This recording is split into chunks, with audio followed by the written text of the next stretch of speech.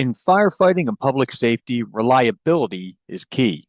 For over 20 years, the FireStore has equipped first responders with trusted gear featuring brands like MSA Carnes for helmets and Seek for thermal imaging cameras. Stay prepared. Visit thefirestore.com today.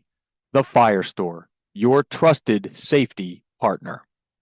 This podcast is brought to you by Flex 7 from TenCate Protective Fabrics. Flexible, comfortable, and powered with the strength of enforced technology. Flex 7 outer shell fabric is made to move. To learn more, visit tencatefabrics.com/Flex 7. Breathing in diesel exhaust fumes is like walking into a fire without a mask. Over time, those toxins lead to cancer. Protect yourself with Magnegrip, the easiest, most reliable exhaust removal system that features a true 100% seal to eliminate diesel exhaust fumes. To get free grant assistance, visit Magnegrip.com.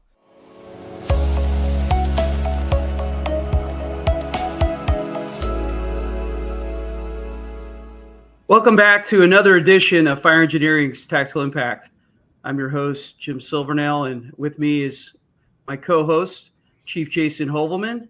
Jason, are you ready for the holidays, my friend? I know that we will be showing this right in the middle of the holiday season, but we as you can see, I'm at home. Jason actually went into the office because he's an overachiever, but are you ready? Are you ready for the holidays, sir? I am. The kids are older now, so they're a little bit more low key. And although I miss sometimes the hustle and bustle of the young kids, it's nice to just kind of let them come and go and soak it in and relax a little bit. It's always an exciting time of year. We take it for granted that some of us might be able to take some vacation days, but as you know, the majority of our people are hard at work. So if you're at work tonight hearing this, keep doing what you're doing and stay safe. But we're going to get right into our show. We've got another great show for you. As always, this is the show about tactics and making an impact on the fireground. And that is exactly what we're going to talk about here today. And as many of you are aware, that we do try to highlight our articles in fire engineering or an instructor from FDIC. And we've done that from our November issue here. Let me see our November issue. And our guest today is Chief Tim Thompson. He's written an outstanding article that's applicable to all of us, no matter what demographic you're in. Any fire service, I think you're going to come across the challenges that he's brought here today in this article. But the article is entitled Trapped Inside, Tactical Considerations for Storage Unit Fires. But Jason is our talent acquisition manager here. So Jason, would you please introduce our guest? Yeah, we like you said, Jim, we go through the magazine and we really want to focus on the people that are contributing to fire engineering and FDIC and Firefighter Nation and all of the fire engineering publications, because it's really important that so much talent in the country that makes this all work, and the education from different geographies and different sizes departments is really important. And I thought this one about storage containers was particularly interesting and well written. But this time of year, as I'm sure Chief will mention, can be a challenge, and with the economy and different demographics and geographies can play into this. But Chief Thompson, just a little bio, is a 19-year veteran of the Georgetown, Kentucky Fire Department. He has served as a firefighter captain, fire marshal, assistant chief of prevention, and chief. He's a member of the Kentucky Association of Fire Chiefs, where he is a district vice president and chairman of the Health and Safety Committee. And he also, if you see this article in print, which is where I saw it, but if you can pull up a digital subscription and look at it, there's a link to a partner, if you will, article from the March 24 Fire Engineering magazine called Fires in Storage Unit Facilities Pose Risks of Victims. So Chief Thompson has a long history and experience and expertise in this. And Chief, thanks so much for coming on and talking about your article. Thank you for having me. It's an honor. So just to kind of kick off, what convinced you or inspired you to start writing articles about fires in storage buildings? It's actually just from some of the fires we've had within our community. You mentioned before about kind of my path through the fire service, and when I was the fire marshal, they actually placed code enforcement underneath of me. So when it comes to property maintenance or any of those types of issues, dilapidated properties, and honestly, that was the first time that my eyes were open to the homelessness issue within our community. I was kind of in my own little bubble, like I think that a lot of us get into, that, you may see a couple folks here and there, and you think that, it's a very small issue. But then I quickly came to realize that even within Georgetown, which I would say we're a fairly affluent community, we have quite a bit of homelessness. And whether it's the drug issues or mental health issues that folks are dealing with, I saw that a lot in that capacity. And then when we had one incident where we had a storage unit that caught fire, where someone was staying inside. Now, luckily, they were able to get out. They did get some severe burns, but it was a fairly significant fire that we had. And then when I became chief, we've actually had 2 storage unit fires. Both of these were caused by people inside of those. One was a homeless lady that was staying inside one, left a candle unattended. Thank God she wasn't in there. And then the one that I wrote in March, the reason that the meaning behind it was we had just had a fatality fire the previous October. It was actually on Halloween, where we actually, a gentleman we found deceased inside the unit. So it just hit close to home. And I think anything that we do in the fire service, things may be a little different in Georgetown than they are where you guys are, or New York or California. But I do think that there's a lot of things that we do have in common. And, the economy, as mentioned, homelessness, drug issues, all these things that tend to play to where folks are just trying to stay warm and have a place over their head. It leads into these types of issues. Chief, you mentioned the differences in departments and sizes, but the problem is the same. Just give the listeners and viewers a little background about your department and the area you serve. Yeah, so Georgetown is we're in Scott County, right central Kentucky, about 15 minutes from Lexington, about an hour south of Cincinnati, about 45 minutes to the east of Louisville. We have around 45,000 people within our city, about 55,000 total within the county. We're home to Toyota Motor Manufacturing of Kentucky, where they build the Toyota Camry. That came in when I was a 7-8-year-old kid, and I've just seen our community just expand. Everything's expanded except the fire service. Unfortunately, I'm fighting hard to get another station added, but we currently run out of 3 stations. We run 3 engines. We have a ladder truck. It's a 61-person total department, but the ones that are out there doing the work every single day, 51 line guys, counting the battalion chiefs. Sounds very similar, doesn't it, Jason? It does. Yeah. We're very close. I think what I really like about this article is, we always try to highlight, challenges that we face in the fire service. And one of the big ones is complacency. Just because we go to, a storage unit fire, you wouldn't think that you would really have a life hazard risk, but it's becoming a real thing throughout the country. I know that talking to law enforcement people around us, they've had the same issues where they've really tried to enforce, people not living in these units.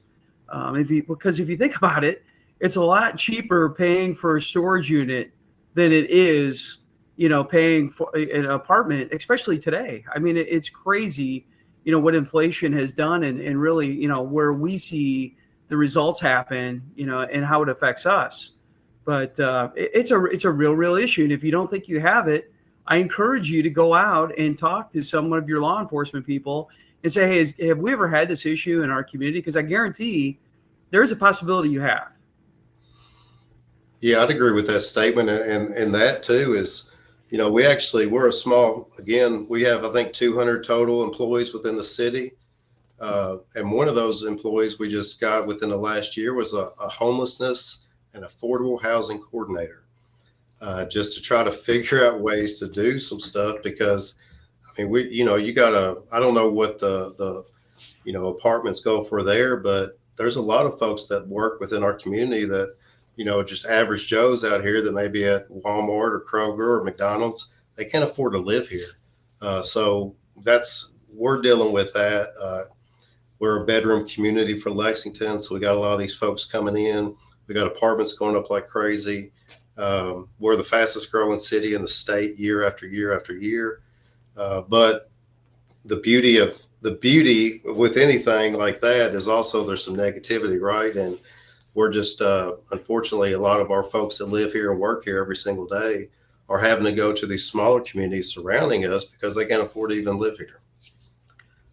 You talked about in your article, that there's some signs and some possible clues if someone is actually, inhabiting a storage unit. What have you seen? So driving through, typically you're going through these facilities and you're going to see they're going to be for the most part nice and tidy. But then you're going to see times where you'll see actually extension cords running underneath. You may see some accumulation of debris or something outside of them. A lot of cigarette butts. You'll see that a lot. We drive through these sometimes just to kind of see, what's going on. And unfortunately, we've had the 3 fires that I've mentioned, but I know of 2 others that we've actually had removed from these units. I'm scared to think how many people are potentially utilizing these things right now. So there's telltale signs, the extension cord's a big one. Then if you're going through and you see that if there's not a lock on it, but it's closed, that's kind of a sign too, because these units do a pretty good job of security. So if they don't have a lock on the exterior, then it's going to be a good sign that there's potentially somebody inside there. Yeah, Chief, you talk about also, when you're looking at these buildings from the outset and you talk about the people working that, sometimes these people that are homeless have jobs. They go to work. They just simply can't afford the housing. And so understanding that along with the telltale signs. But how do you, why don't you walk through a little bit of the kind of the preparation that you look at your companies, and then we'll talk a little bit about the change of mindset as you approach these fires?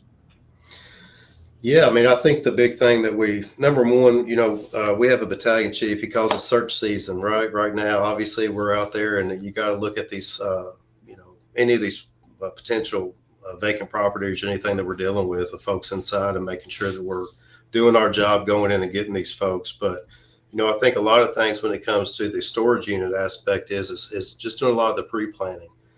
Driving through the 90% of these units are going to be surrounded by some type of security gate or something to that extent. We have a few here in town that, they're older, so they don't really have any kind of security type deal around them. But, making sure that you figure out exactly right there on that photo. We've actually worked with all the property owners of these units to be able to get our own key code. That way, when we go there, we're able to punch in our code. We don't have to sit there and figure out. We don't have to worry about that gate trying to get through it. We already have access just to being able to go in there. Another thing that does, it allows you, your crews to be able to go out there, drive through these facilities, check them out. They're basically fortresses that you got with small aisleways. And that's something that I mentioned in the article as well. When you end up having a fire in one of these facilities, it all looks the same, and trying to navigate your apparatus through here is going to be difficult. So I think using that command vehicle to drive through and try to figure out where they are. But, everything looks very similar, and even the extent of where the smoke's coming from, trying to figure all that stuff out. It's not as cut and dry as it may seem when you're pulling up on these. But just like you had said earlier, when we had that first storage unit fire, I had never thought that we would have had somebody inside there. You think of something like this, you're dropping your couch off, you're doing whatever. And if something was to happen, somebody could easily get out of there, right? Because the door is going to be open. they would step back and call 911. But after 3 of these, actually when the fire came out that caused me to write this article, I walked out the door and I told my administrative assistant, I bet somebody's in there. I just had this bad feeling. And it's another thing that I talked about in the article too, is just there's not a lot of things in here that can actually initiate a fire. You have electric going through it, but it's in conduit. It's other things, that they're trying to prevent the fire from happening. But there's just not a lot of things that can cause a fire in these storage units except for some kind of human factor involved. So it's just a matter of just getting the guys to understand of where the hydrants are placed, because they're going to be sporadically placed throughout. When I was a fire marshal, I would try to figure out the best place to put these. And you try to put them at the ends of the aisleways, or, this was actually on the exterior where you can maybe put it on in between the middle. But this is a perfect example. This actually was a transition when I was a fire marshal into an assistant chief of prevention role. This complex was built. This did not get painted. And, for us, and I'm sure for everybody else, you see a black hydrant, that's an uh-oh moment, right? And fortunately, our guys went, they turned it on, checked it out. It was good to go. It just hadn't been painted. It was had a good pressure on it. We were good on that regard, but it blended in with the gate. It was just a bad situation that could have been a lot worse. But just make sure that you get your crews out there, check for your hydrants, flow them. Where they are. We have active 911 as well. I don't know if there's so many different ways that you can get that stuff now through your phones, but make sure your hydrants are placed on there, because a lot of times you'll have a hydrant on the front side of the building, maybe even where the gate is, where it's on the outside of the gate. But then you're going to have them inside as well. And it can be a nightmare when you're laying line in there, just because of all the clustering of the apparatus. There's just a lot of things that go to it outside of just rolling up and putting the fire out, because you think it's going to be somewhat easy, contained to this one particular unit. But depending upon when it was built, damage to maybe some of the firewall, these things can spread very fast. The first one that we had, was a total loss of a very large unit. It was an older setup, a lot of property damage. And again, it goes back to our role is life safety, property conservation. And somebody has these, they're either in the middle of potentially moving, they may have moved into our community. This may be all the stuff they have. So it's just a bad deal. I'm at the point in my career now to where if I never saw another fire, I'd be happy, just because you're showing up and people are losing everything they have, right? And then this just compounds off of this too. People are utilizing these to keep their possessions safe, and something like this happens, it's just a travesty. Then you put someone where there's a potential victim, it's just even worse. So 2 questions to kind of go back a little bit on the pre-planning. What kind of solutions did you guys come up with as relates to controlling the gate once you have an incident inside one of these complexes for incoming apparatus? And then did you take any steps in code and ordinance cycles or processes to better identify aisles and units as you came in? Yeah, so once we get the gate open, we actually work with the unit to where they're able to, well, if the gate was to close, obviously the incoming units would be able to have that as well. But we've been fortunate at all 3 of these events that we've actually had folks there that were able to lock it open for us. That'd be good for the next article. I'll work on that there for that. As far as the labeling itself, we've worked really good with all the different property maintenance companies that own these, just to make sure that they're well numbered on the front. And for the most part, they are, especially the newer ones. That way, if they come in, they'll say that it's 102 or 507. On the exterior, when you're driving in, we'll try to get them to place an actual number on it. But all along the front of the buildings, you're going to be able to see, where they are, just like driving down 123 Main Street. It's going to allow you to get right to that basically the address of that unit itself. But We've worked as well with the property owners to put stuff in their agreements, and we shouldn't have to, but we have worked with them just to make sure that some of the verbiage they put in there is, not for habitat. You can't live in these things, which goes without saying, but sometimes we have to add that stuff in. I've noticed a few of these, especially in our area, don't have walls all the way to the ceiling. And what does that do for rapid fire growth? I mean, stopping these in place is pretty impossible right off the bat. It is. Fortunately, with this particular one, we were able to. It did have a wall going all the way up. The first one I'd mentioned, that we had a total loss on. It got away from us quickly because the walls were basically breached.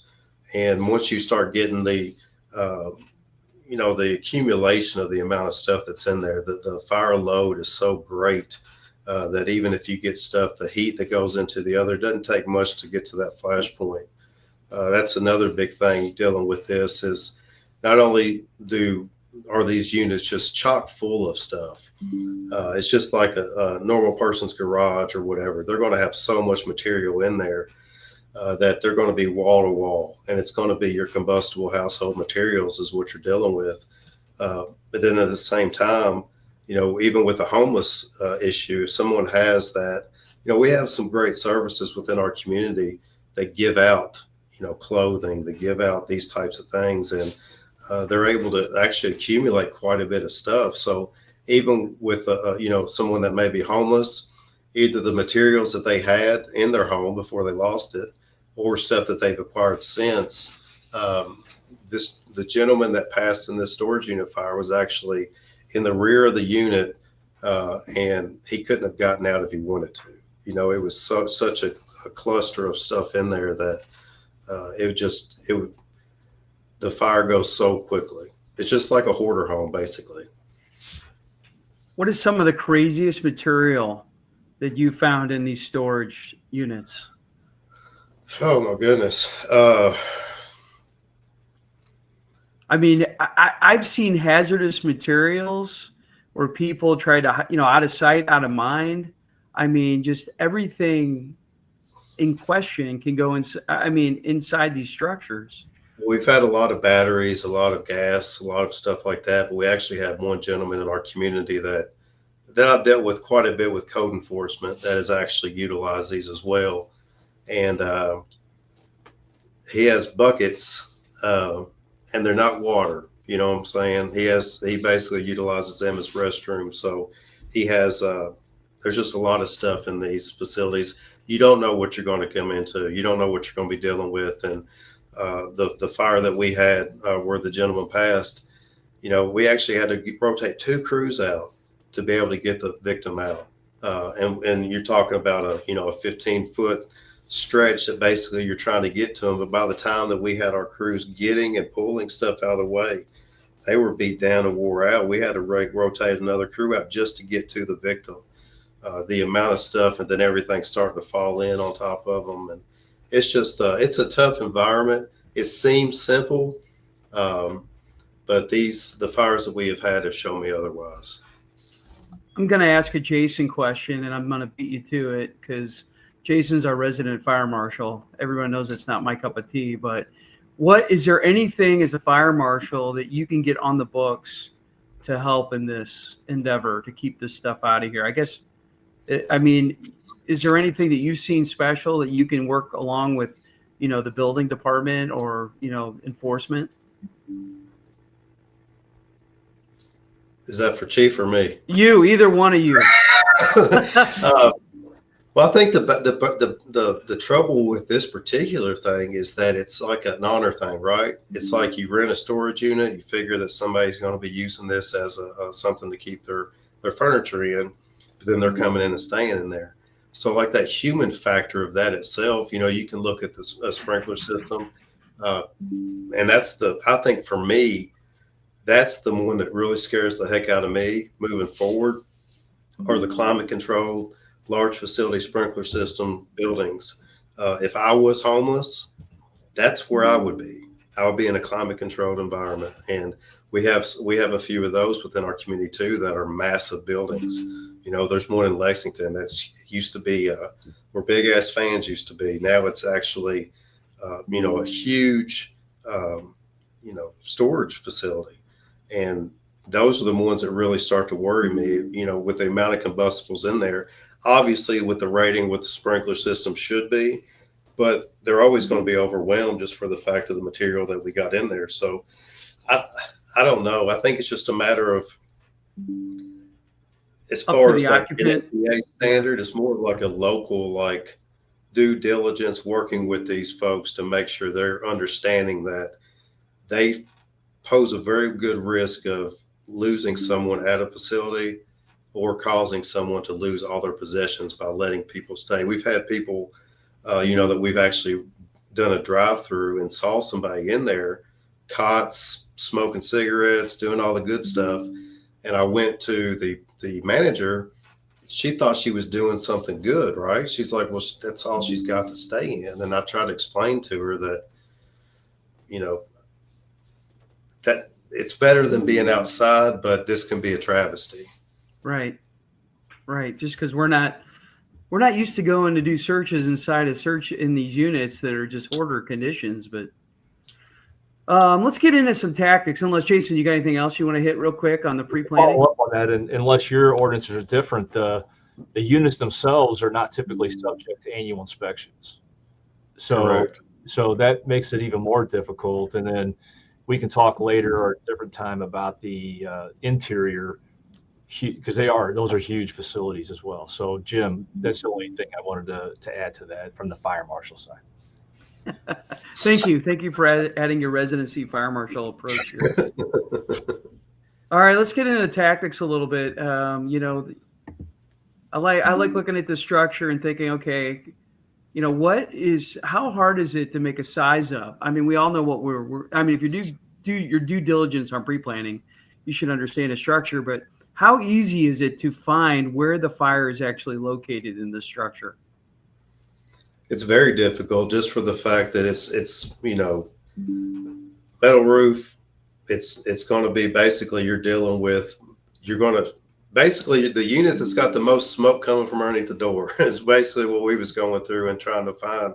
And the one that we had when we were going through there was it wasn't locked because we had someone inside, so it was cracked a little bit. We were able to see, but even with that, the amount of smoke that you're going to have coming out of these things, they're very deceiving, especially when they're stacked like that, because we popped the door on or opened the door where we had the victim, but the first thing that we wanted to do was to go on and pop those locks on the adjoining units, just to be able to open them up to see if there was any potential for spread in that.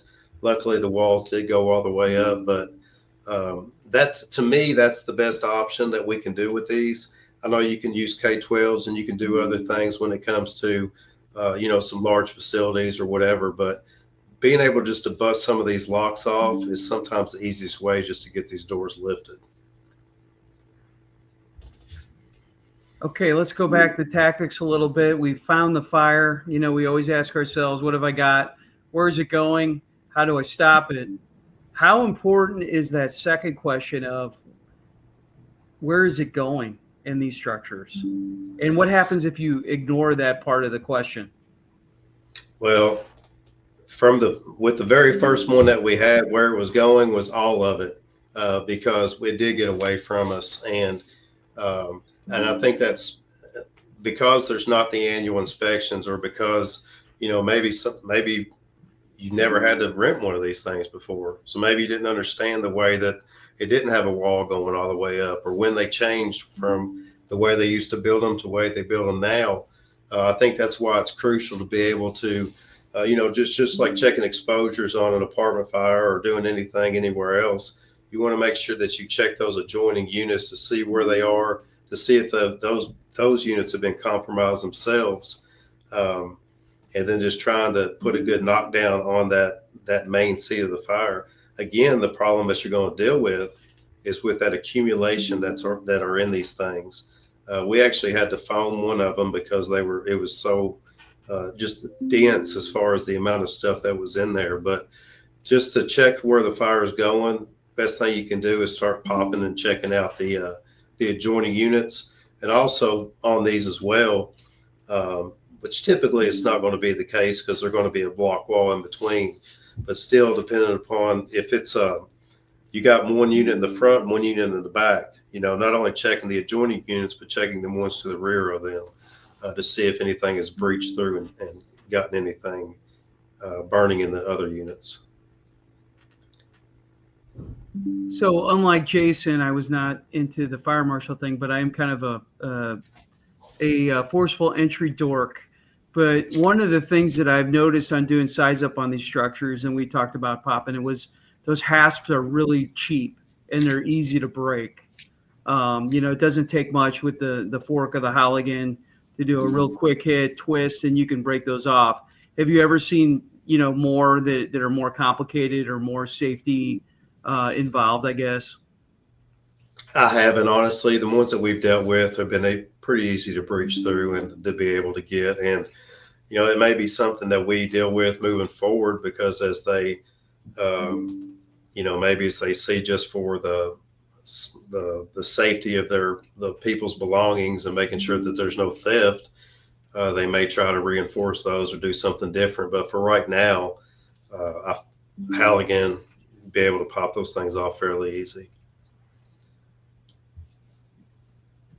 You mentioned the roll-up doors, and I know especially the newer facilities have walls that go all the way to the top, but some of the older ones, like you mentioned in the article, and Jim brought up earlier, is there's a gap at the top. Have you seen failures of the mechanisms for the roll-up doors on some of these fires where that method's a little bit challenging, and what other alternatives have you found that are helpful? No, we haven't. We haven't seen that, but I definitely could see how that would be potentially a challenge. Just like with any fire that you may have with a roll-up door, you could either use a hook to put up there, you could put something to crimp the actual roll-up part, figure out a way just kind of keep that door from falling. But we've had success being able to keep them up. What's the typical type of construction you're seeing in these buildings? I know it's changed over the years, but how does that impact fire spread, gaining entry, all of those kinds of things? Yeah, I mean, for the most part, what we're dealing with, it's block metal building. I mean, basically, it's what you got. Those are the two that you're dealing with. Even the larger facilities that we're dealing with, it's steel. It's better grade material, but it's just a matter of a lot of our building that we've had in our community, and this may be something that for anybody watching may be beneficial for maybe an older community. If they've had stuff that was built in the past, a lot of our stuff is basically from 2000 and up. That's when we started getting the big boom of things coming in, and a lot of our storage facilities are probably within the last 10 years. So some of our construction is going to be different than maybe older parts of the country, or maybe a place in the country that did have a large population starting to lose population. But the things that we have now are more prone to prevention of spread, as opposed to the one that we burnt down, unfortunately. Yeah, I think that hopefully with moving forward, like with anything else, construction will get better as far as for fire safety and the prevention of spreading. But they're also, anything that anybody builds with money's involved, they're going to do it as cheap as they can, that the code will let them do. Let's talk about water supply a little bit. You had mentioned the challenges of actually laying a line in some of these areas because of the tide aisles. There could be rows of them, right? It's set in rows of maybe 3, even 4. So how hard is it to get close with the water supply and setting up? Yeah, it's definitely a challenge. Like I said, when you're going through there, you want to make sure that, and that comes with the pre-planning, making sure you know where your hydrants are. If you have a way that you can look at it before you actually get into there, either through an active or some other CAD system, see where your hydrants are. That first engine that goes in, we have 750 gallon a minute pumpers. That's what we have. So there may be larger in other areas, smaller in other areas. But when we come in, the first thing that we're going to do is use that initial company to get the water going.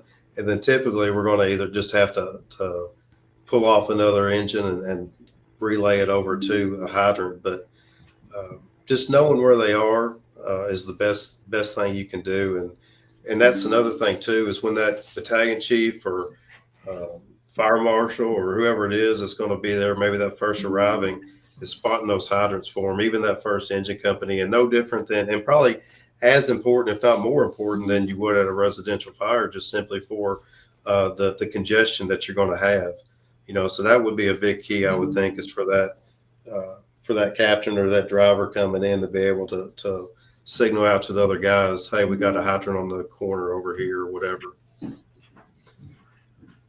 But congestion is definitely a key, even for us when we was trying to get the ambulance in there, with us having, a couple engines set up, having the 5-inch line spread out, having the 1 3/4, all this other stuff that we had laying out. Just trying to get the patient to the ambulance was such a challenge because you're so bottlenecked in there.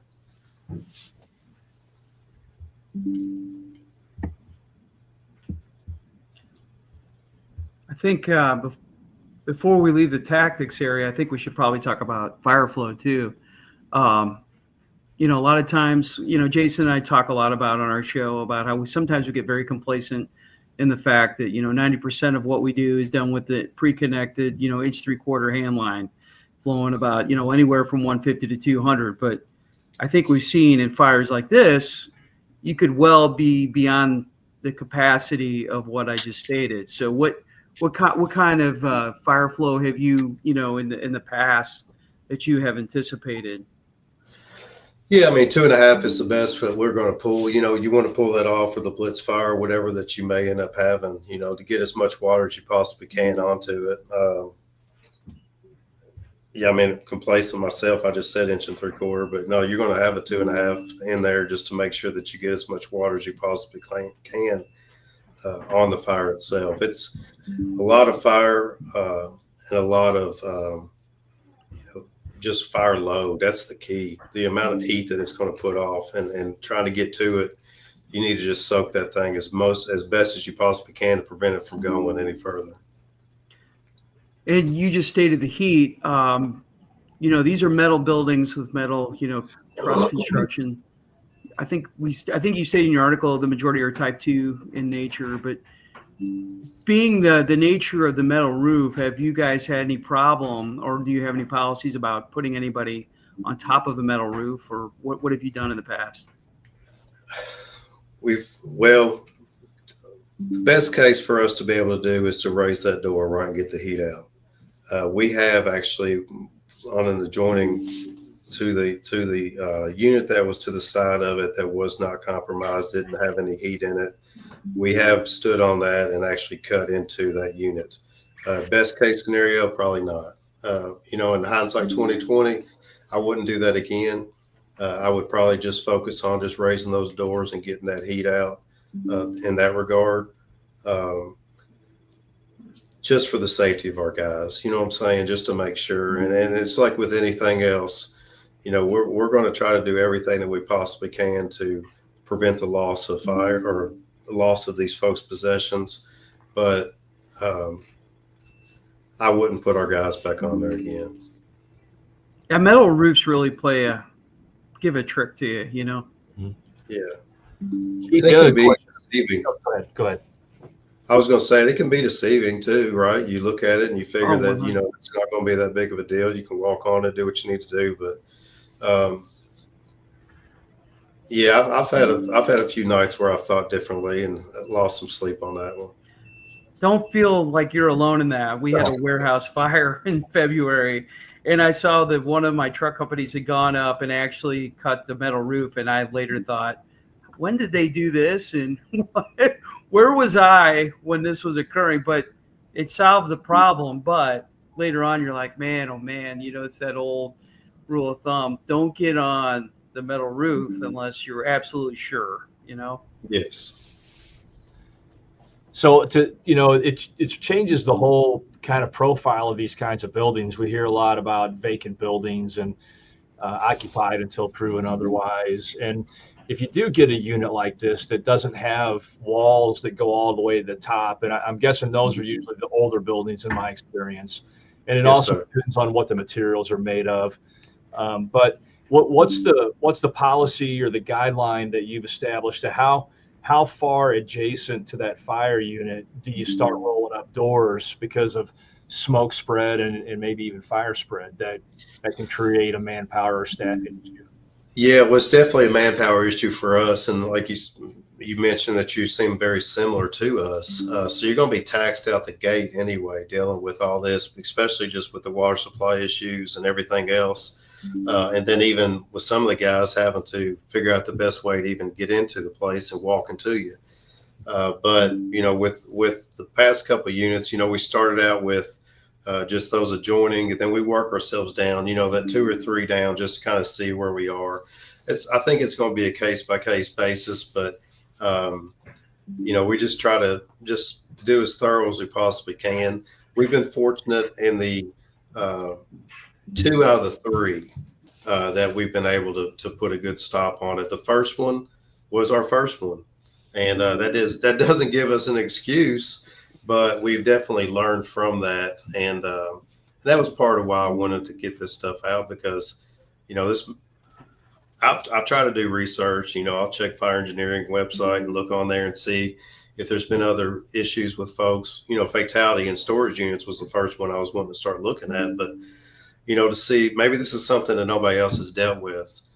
So as we're still kind of learning and trying to figure out our approaches on certain things, I thought that maybe this would give at least some folks, some kind of foundation to start from, as well. No, it's definitely a problem that we all can experience. I know we said it before, but this touches everybody. This is not just an urban issue. This is we've had these as well. I remember about 15 years ago, possibly, we had a one in the neighboring agency go to a 4th or 5th alarm, and it was a windy day, and there was just absolutely no stopping it. And it required a lot of companies, a lot of water. And, we weren't used to it, getting inside. I mean, there's a lot of metal cutting going on, a lot of busting of doors. But it's good that you wrote about this subject, because it brings to light a real challenge that we can all face. Well, I appreciate that. Yeah, it's been, I don't know. I think that, I think this hit home too, right? Because we're out here to protect the communities, and we're out here to protect. I tell our guys, the poorest person in our community, the richest person in our community, and there's no difference, right? And unfortunately, when it comes to these vacant structures or dealing with a storage unit fire or something like that, if someone has reached the point to where that's where they're having to lay their head at night, like, we owe them all that we can to keep them safe. And, maybe that's a step for them to get, help or whatever they may need, that second chance. But I think it just affected me with this particular incident. It was just sad. It was honestly just really sad for me that we lost someone, and I felt a responsibility as the previous fire marshal and as over code enforcement and chief of the department. Like, I felt a responsibility for this person, because I don't know, it's hard to explain. Like, he was in that situation, and I know that there's a problem with homelessness within our community, and I'm, trying to keep folks out of these units.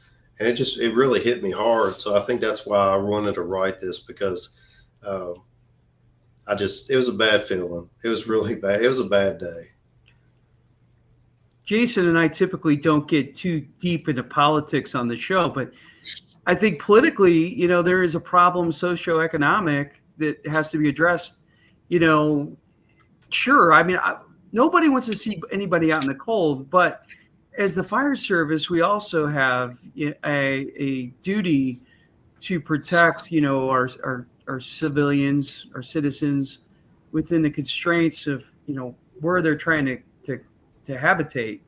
But when they go into these storage shelters, which seems like a logical, hey, this is much cheaper than paying rent in an apartment, it's not set up, with the correct exits, with the correct egress, with the fire suppression systems in many cases, or the hoarding conditions. We can't regulate, what's in these structures, or how they're built, because they're not really built for, people to be sleeping in there. Safe eating. Right. Yeah. There's no smoke detectors in each. Well, there could be. It depends on the code, I guess. But, it seems like, yeah, I could see you going in there and they're saying, oh, the mean fire marshal is now enforcing and kicking this person out, when that's not what you're doing. You're keeping them safer. But it's just a dilemma that, we don't try to get into in the fire service. We just try to look at life safety. But, we're all human. We get it. Yeah, and I think that was when I was over the with code enforcement. And actually, it was actually kind of became a passion of mine. Like the whole, I guess I'm kind of nerdy too, but like the fire marshal and the code enforcement side, like that was really I really enjoyed that for a couple of different reasons. The first and foremost is I've lived in this community my whole life, and I have pride in our community.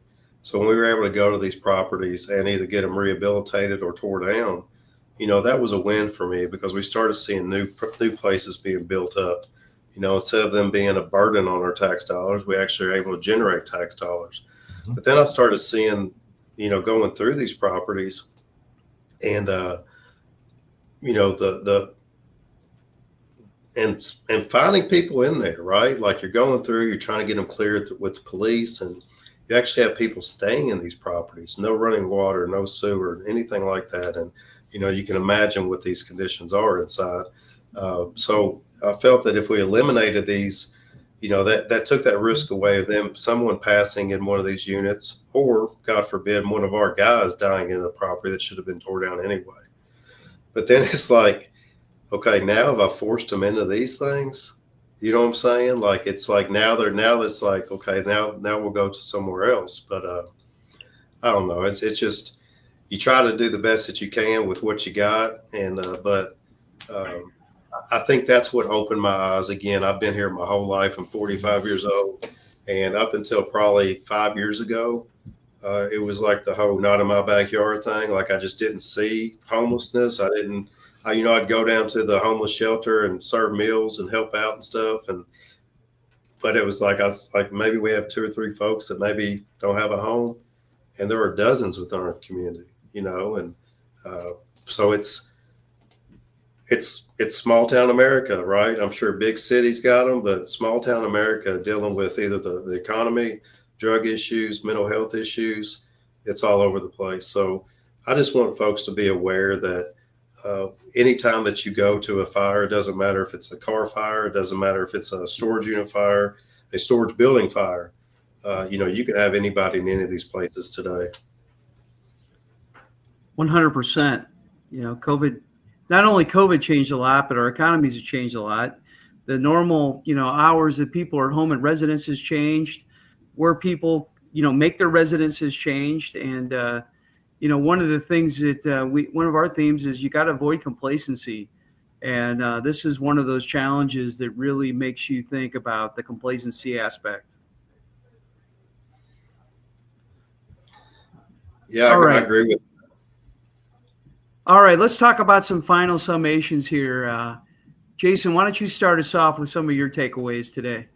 Yeah, I think the important thing is what you just ended with, is that, as much as we talk about abandoned houses and abandoned commercial structures that were habitable, we also, based on the article and experiences, is that we have to also think about life in buildings that we wouldn't expect it, just because of all of the geopolitical and socioeconomic challenges that all of our communities face. And part of being a professional fire department is the prevention side that the chief's been so eloquently able to describe and use to try to prevent these things, as well as being aware that we probably all have situations similar to this in our communities, and having a plan and forethought on how we're going to deal with them. And speaking on the same level that Chief is, learn a little bit about the codes and what they do, Jim. You just never know.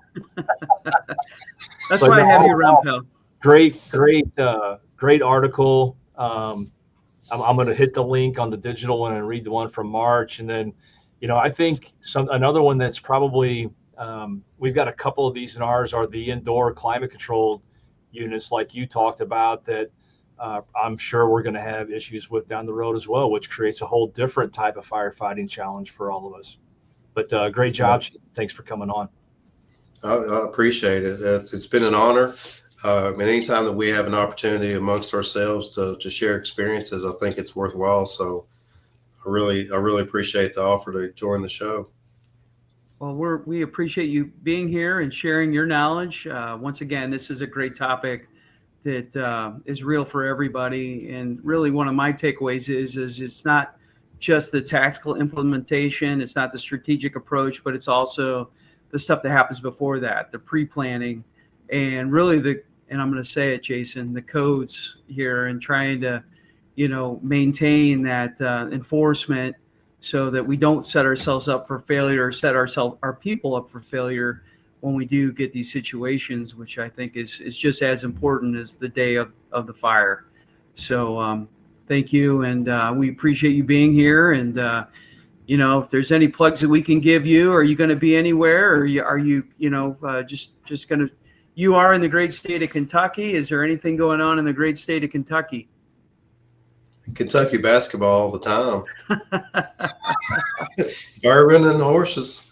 We actually have Georgetown Fire Department actually hosts our annual symposium. It comes up and it's the third weekend in January.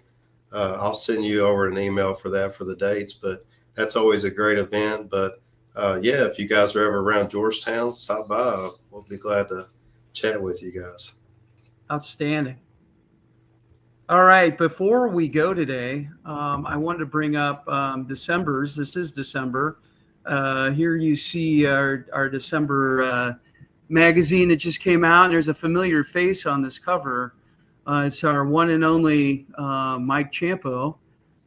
He is one of ours. He's just a gentleman and absolutely a wealth of knowledge. And I know that I've learned a lot from him, especially in the truck company realm. Jason, I know that you're very familiar with Mike, being on the board. We've had the opportunity to talk to him, but there's this weird green mask in his lap. And it's almost scary looking because it is scary looking. If you were at FDIC last year and you went to opening on Wednesday, or no, was it Thursday or Wednesday? I don't remember, but it was opening of this FDIC, one of the dates. Thursday, Mike came out with this mask, and unfortunately, this is the mask that he had to wear during his cancer treatment. Mike has just been a pioneer with this. He's been very open about his illness, and it's something that we in the fire service need to heed. As leaders, we need to understand that it's not only about detection, it's also about prevention.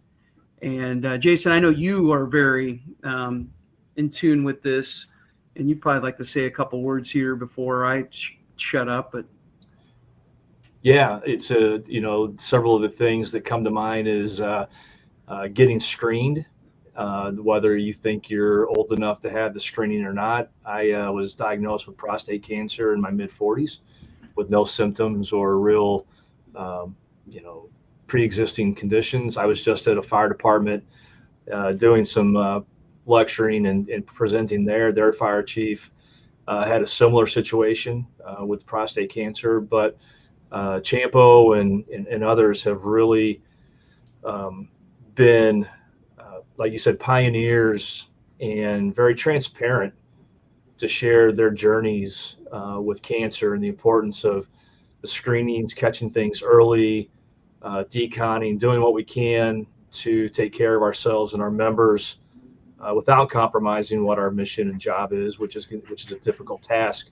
But joining the Cancer Alliance, which you're going to talk about in a minute, Jim. But I can't emphasize enough that if you're a chief, do whatever you can to get cancer screenings and physicals in your budgets. because in my department alone, I think we've caught 4 or 5 undiagnosed cancers from our annual physicals. I know other departments have similar stories. So you're not only saving a firefighter's life, but you're saving a father, a son, a daughter, a wife, or whoever it is from hopefully having to go through wearing a mask like that. And if you get a chance, watch the opening ceremonies on Thursday with Chief Rhodes and Lieutenant Champo, and it's moving. It's very moving. And before we move off from Mike is doing the keynote this year on Wednesday morning at FDIC, and it's going to be a packed room because everybody wants to see Champ, and rightfully so.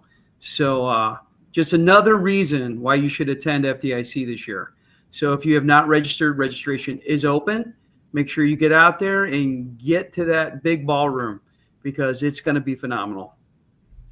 So before we go today, I do want to bring this up, and we had talked about it, but if you have not done so, make sure you get into the National or the Firefighters Registry for Cancer. What this does, this is not, I know there's a lot of conspiracy theorists out there that you don't want to give out a lot of information, but this is information that's going to save lives. This is what we use in our industry to collect data to help that detection, to say, why are we getting sick? Why do we have members dying from this disease? And this is just one way that we're trying to prevent that. So if you have not, make sure you click this QR code. It'll take you right to it. Sure, it's 20 minutes out of your life, but it's worth it. And just to save somebody else and to document, what this illness can do, how you get it, is crucial. So please make an effort to do that.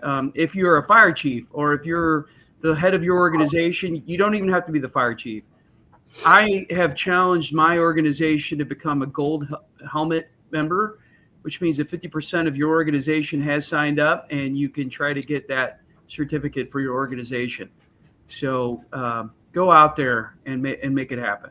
And this is really important, Jim, for volunteers as well, because when a volunteer firefighter goes to the doctor or to see a medical professional, they ask for the profession. Rarely do they put firefighter.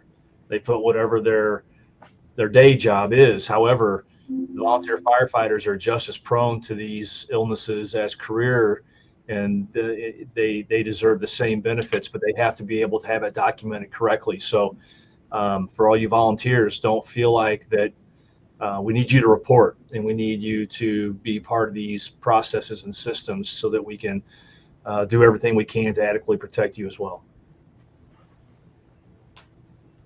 All right, well said, my friend. Why don't you take us home? All right, it's always a pleasure and honor to be in front of you, and of course, we're incredibly grateful for our guest, Chief Thompson, who wrote an incredible article that I'm sure we're going to be hearing more for. Please look it up in the November 2024 edition of Fire Engineering Magazine.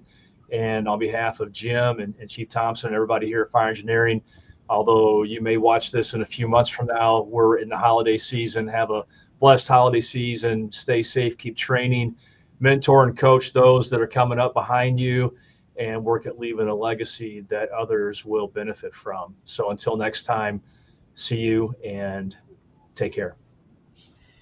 Thank you, guys. In firefighting and public safety, reliability is key. For over 20 years, TheFireStore has equipped first responders with trusted gear featuring brands like MSA Carnes for helmets and Seek for thermal imaging cameras. Stay prepared. Visit thefirestore.com today. The FireStore, your trusted safety partner. This podcast is brought to you by Flex 7 from TenCate Protective Fabrics. Flexible, comfortable, and powered with the strength of enforced technology. Flex 7 outer shell fabric is made to move. To learn more, visit tencatefabrics.com/Flex 7. Breathing in diesel exhaust fumes is like walking into a fire without a mask. Over time, those toxins lead to cancer. Protect yourself with Magnegrip, the easiest, most reliable exhaust removal system that features a true 100% seal to eliminate diesel exhaust fumes. To get free grant assistance, visit